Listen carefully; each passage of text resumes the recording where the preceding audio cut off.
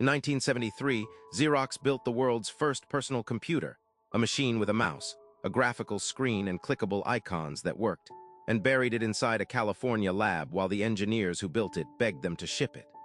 The graphical interface, the mouse, every window you've ever dragged across a screen, all of it invented by Xerox, all of it handed to Apple and Microsoft for free. Yet the executive who signed off on letting Steve Jobs walk through that lab in 1979 was promoted the following year. So why has no one ever told you this? By the early 70s, Xerox was the most profitable technology company in America. Not IBM, not AT&T, Xerox. They had turned a copying machine into a business empire, a brand so dominant that to Xerox became a verb. The public image was clean, an American industrial success story, a company that built things that worked, run by serious men in serious suits. Nobody looked at Xerox and saw failure. Nobody looked at Xerox and saw a company that had already invented the future and chosen to walk away from it. In 1970, Xerox opened a research facility in Palo Alto, California. They called it PARC, the Palo Alto Research Center. What happened inside that building over the next 3 years shouldn't have been possible. A team of engineers led by a man named Bob Taylor built something called the Alto, a personal computer, the first one. It had a mouse. It had a graphical interface, windows you could click, icons that opened programs, a cursor you moved with your hand. It had Ethernet, the networking protocol that now connects every office on the planet. And it ran. In 1973, not 1984. Not 1977, 1973.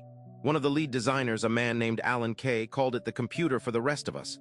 A full decade before Apple put that exact phrase in a Macintosh advertisement. The hardware worked. The software worked. The future was working inside a building in Palo Alto, and Xerox's leadership looked at it and decided to do nothing. Here's what happened instead. Xerox's executives looked at their copier revenues, hundreds of millions of dollars a year, year after year, and couldn't see why they would gamble that to sell a computer nobody had asked for yet. Their model was leasing machines to corporations, not selling products to individuals. The Alto was never meant to leave the building. A few hundred were built, loaned quietly to universities and internal staff.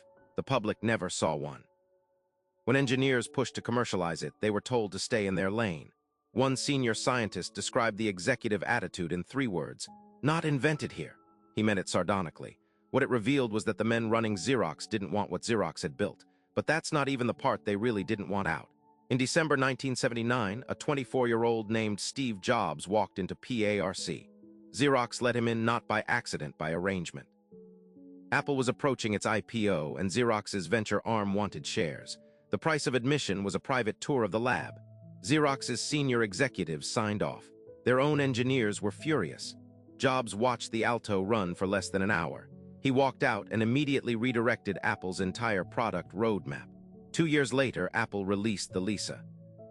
3 years after that, the Macintosh, the machine that made Apple a household name and launched the modern personal computer era, was built directly on what Jobs had seen in that room. The man who buried it handed him the key. By 1990, Apple's market cap was in the tens of billions. By the time the internet era crested, the graphical interface that Xerox had invented was the operating layer of the entire digital economy. Analysts who have tried to price what Xerox walked away from put the figure somewhere between $200 and $500 billion in foregone market value. Xerox's own commercial version, released in 1981, called the Star, cost $16,500 per workstation. It sold almost nothing. Nobody at Xerox was fired. No board member resigned. The executives who controlled PARC during those years retired with full pensions and stock options from a company that had simply missed the most important technology transition of the 20th century. When Xerox finally sued Apple in 1989, claiming Apple had stolen their interface design, the case was thrown out. The statute of limitations had expired. The court's logic was clean. Xerox had known about Apple's Lisa since 1983. They had waited too long to act. The technology they invented, the future they chose not to ship, was now legally Apple's. The law doesn't protect the people who build things. It protects the people who move. Xerox donated the surviving Alto units to the Computer History Museum in 2004. You can go see one right now. A fully functional personal computer from 1973, behind glass in a museum, because the company that built it decided copier leases were safer than the future.